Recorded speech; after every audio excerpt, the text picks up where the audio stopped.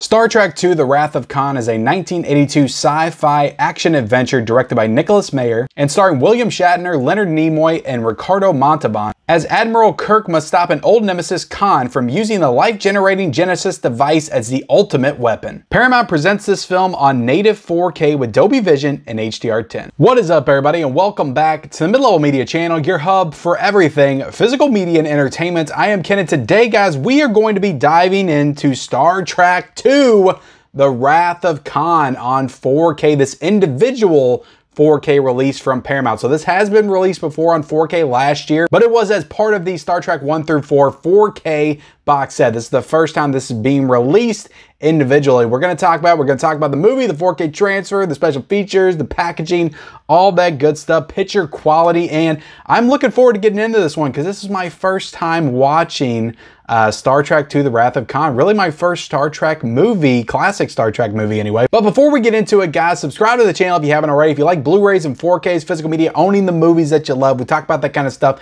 every single day on this channel. You'll definitely enjoy it. Hit the subscribe button. Also be sure to like this video and comment down below, guys. What do you think about Star Trek II: The Wrath of Khan? Is it one of your favorite movies of all time? One of your favorite science fiction movies of all time? Let me know in that comment section below. Also, let me know if you purchased this 4K. If you're going to purchase it based on my recommendation, I will be leaving the link down below for purchase, and then turn on the bell notifications for all future videos. So yeah, this is going to be kind of off the cuff. I kind of wrote some notes here, but I just wanted to give my kind of raw thoughts on Star Trek: The Wrath of Khan. This movie has an incredible pedigree. It has an incredible legacy as one of the greatest science fiction films of all time, just beyond the Star Trek franchise. A lot of people will say, even if you're not a big fan of Star Trek, watch Star Trek II: The Wrath of Khan. It's just one of the greatest science fiction stories ever told. So I was really curious about this one to jump into it. Again, such a legacy with this one, such hype going into this film. My first ever classic Star Trek film I've ever seen.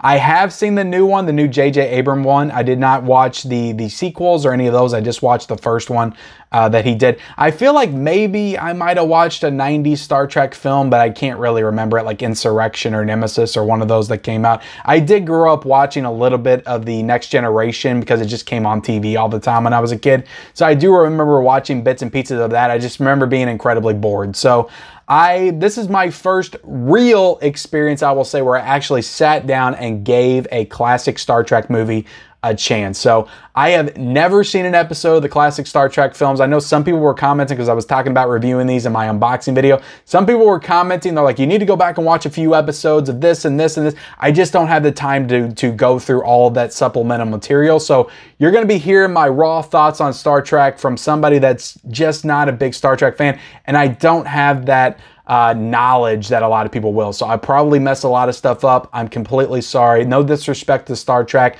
and the lore of Star Trek. I do apologize for that. Let's get into it. Did I enjoy this movie? Did I enjoy my first watch of this movie? I did. I really enjoyed this movie. I can absolutely see why it's held up as the classic that it is. And a lot of people will say this is the best Star Trek movie of all time. It transcends the franchise. A lot of people would say that. And again, I haven't seen all the franchise. I have started Search for Spock. I have not finished it. I need to finish that one and then get into all the other ones.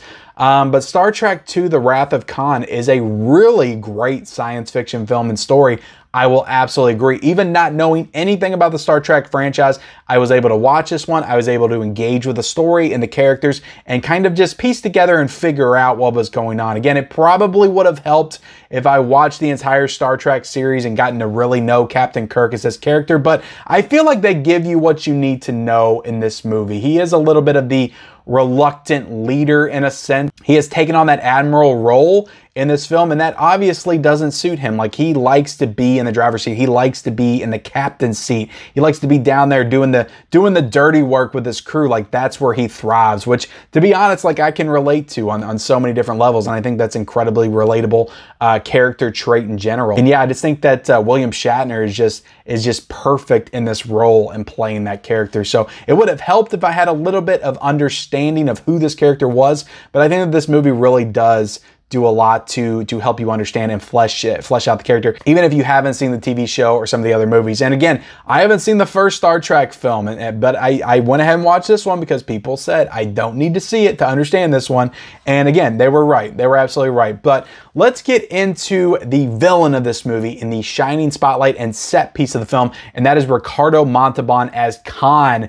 And I think that Khan is a terrific villain with so many layers and real motivations, and you can definitely understand and sympathize with him. You can understand and sympathize with the hero of the story as well, Captain Kirk, but also you know there's a past, you know there's something going on. And again, I don't know if they fleshed that out, if Khan was from like the TV series, if there was like a history there that was shown before, or they did all that in this movie. Again, let me know in the comment section below. But you can again, they give you enough. You understand that Khan feels like he's been wronged by Captain Kirk in the past. Again, he led to the death of his wife, which is extremely understandable, extremely sympathetic, that he would have all of this pent-up frustration towards Captain Kirk and want to get his revenge. So really great villain, just a really great performance by Ricardo Montalban. I just can't say enough good things about it. He absolutely nailed it. And again, I'm not as familiar with this actor as I feel like I should be, but he was terrific in this movie as Khan. Just so menacing. Just the stature of him, just the stance. Like, he's also like super buff and built in the film. And again, when you first meet him, he's like in a cloak and a robe. And then about 10 minutes later, he takes off the robe and he just has like his chest muscles like bursting out for the entire movie. It just makes him look so much more menacing in the role, but I think he was fantastic. So William Shatner, again, fantastic as Captain Kirk. Just the real life family drama that they bring into his character after the movie just creates a very relatable and compelling hero for us to follow along with. The whole cast is great. I mean, Leonard Nimoy, I can understand why he is so iconic as Spock. Kirstie Alley, I think this was her first movie that she was, I think it said introducing Kirstie Alley at the top of the movie, but when I first started watching it, I was like, man, she's not very good. She's very wooden in this role. But I was like, okay, it's her first role. I understand. But I got about halfway through the movie and then I realized, okay, she's a Vulcan. I didn't understand that. She's a Vulcan. That's kind of how Vulcans act. They just don't have a lot of emotion to them. So I actually think she did a terrific job in the role, understanding that that's how Vulcans are supposed to be. So the effects work in this movie, though, like just to think this movie was done in 1982, 40 years ago. This is the 40th anniversary of this movie. Just to think the stunning effects work. Like, there's movies that come out now that don't look this good.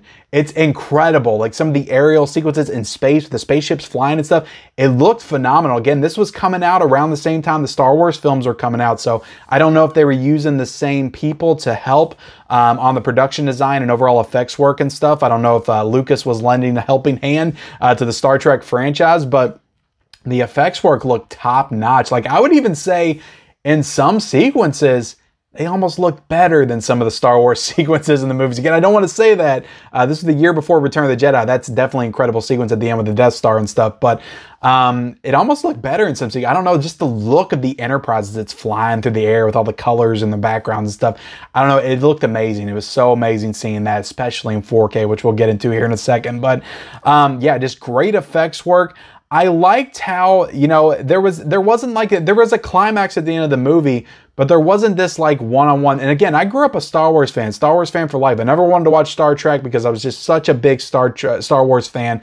And I always saw Star Trek as like the boring, like lesser version. It's like, if I want to fall asleep, I'll watch Star Trek. If I want to be entertained, I'll watch Star Wars. So, but being a little bit older now, just my older film watching sensibilities, I kind of like how the end didn't devolve into a one-on-one battle with laser swords between Kirk and Khan. And they never actually see each other in person throughout the whole movie. Yeah, it could have been cool if they would have saw each other. There'd been like a big like a shootout scene or something, or they fought in like with some kind of swords or battle equipment or whatever they would have fought with. I don't know what the weapons are in Star Trek really, but it could have been cool. But it was also really cool that they didn't see each other throughout the whole movie and they were kind of at odds, but they didn't actually have that like physical contact throughout the film. Everything throughout this movie is just them trying to outmaneuver one another in aerial combat and just overall like strategy, and how it's really a battle of wits. It's a battle of wits throughout this film between Khan and Kirk, and I think that's really fresh and original, like not even for today's standards, but again, I imagine back in the day, but it just feels fresh because it's not the traditional, like classic movie battle at the end. It's almost like they're playing chess with each other, and it's just really cool to see in this kind of like big budget science fiction film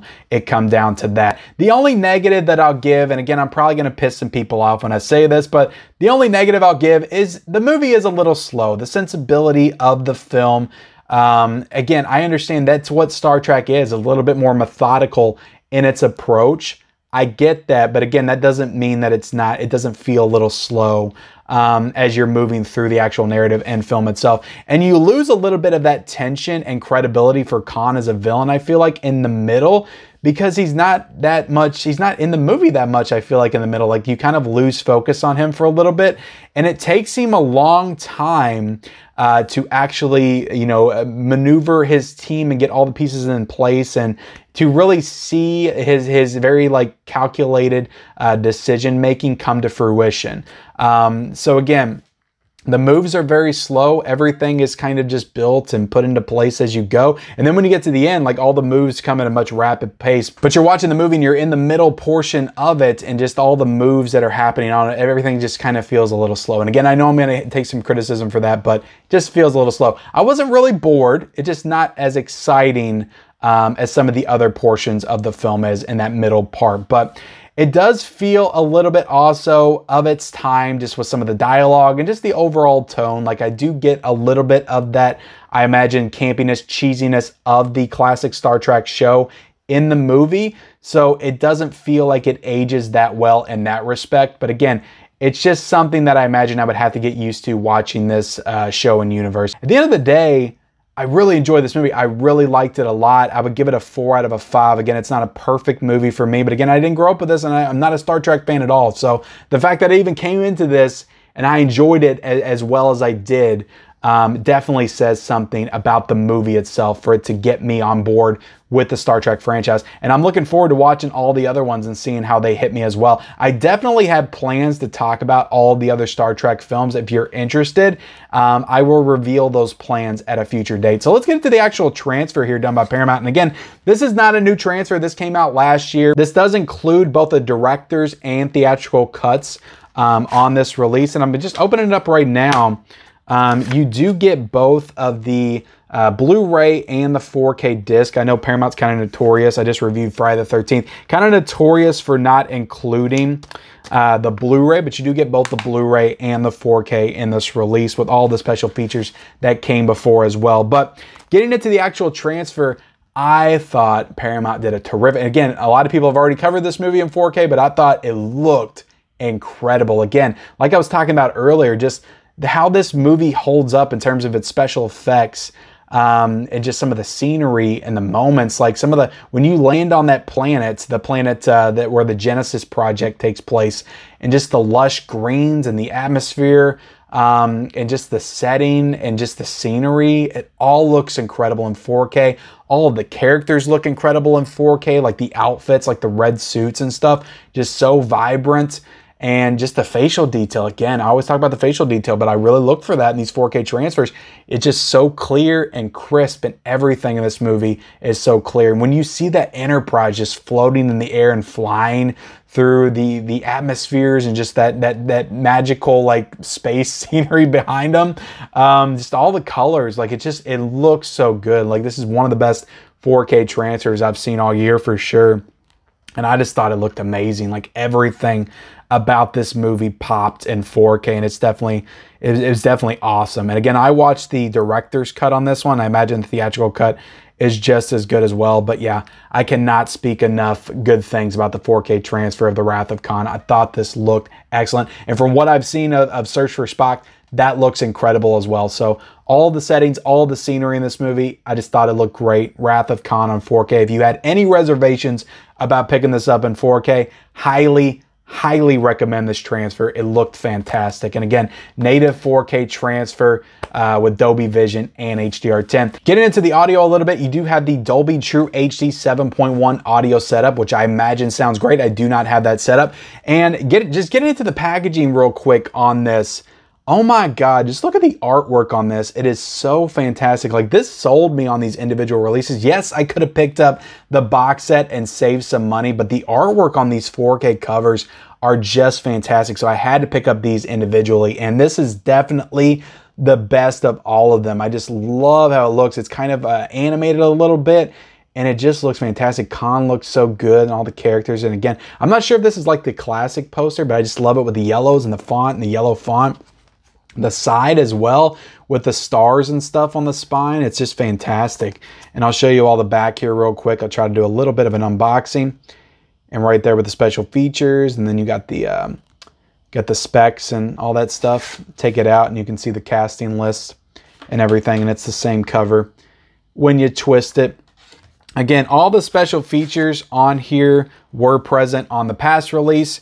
You do get a commentary by director Nicholas Meyer, director's cut and theatrical version. So that's 2 commentaries right there. You also get a commentary by director Nicholas Meyer and Manny Coto for the theatrical version. And for the Blu-ray exclusive, now all these special features are on the Blu-ray. You do not have these special features on the 4K disc itself. You get Where No Man Has Gone Before, the visual effects of Star Trek The Wrath of Khan, Starfleet Academy Sizek Brief 002, the mystery behind SETI Alpha 6, James Horner. Oh God, I didn't even go to the score by James Horner. Why? How did I miss that? The score by James Horner, oh my God, is so great. I loved it. Loved it. I heard people talking about that and it was so good. How did I miss that in the review? But anyway, that elevated the... I'm going to give it a 4.5 out of 5 for that score because it's up there. It's up there with John Williams' Star Wars score. And again, there's some similarities there when you're listening to it, but it's definitely its own thing. And I thought it was so fantastic. When it started, I was in the movie because of James Horner's score. So fantastic. And a tribute to Ricardo Montalban. He has some really great special features in this one as well. So cannot recommend this release enough. If you didn't get it, if Wrath of Khan's the only one you care about because that's the best Star Trek film, buy this one for sure because this is definitely an upgrade. Again, I haven't watched the Blu-ray, but I have to imagine it is an upgrade over that Blu-ray release. But I appreciate you guys checking out my review of Star Trek II, The Wrath of Khan. I really enjoyed watching it. Really enjoyed my first experience with Star Trek. Again, I'm going to be doing more with the Star Trek franchise. I'm going to be talking about the other movies, and I'll announce that when I have some more details for you. But hit the subscribe button if you haven't already. Like this video. Comment down below your thoughts on the film. Follow me on all my social media accounts. Those links are down below in the description. And turn on those bell notifications for all future videos. And we'll see you next time.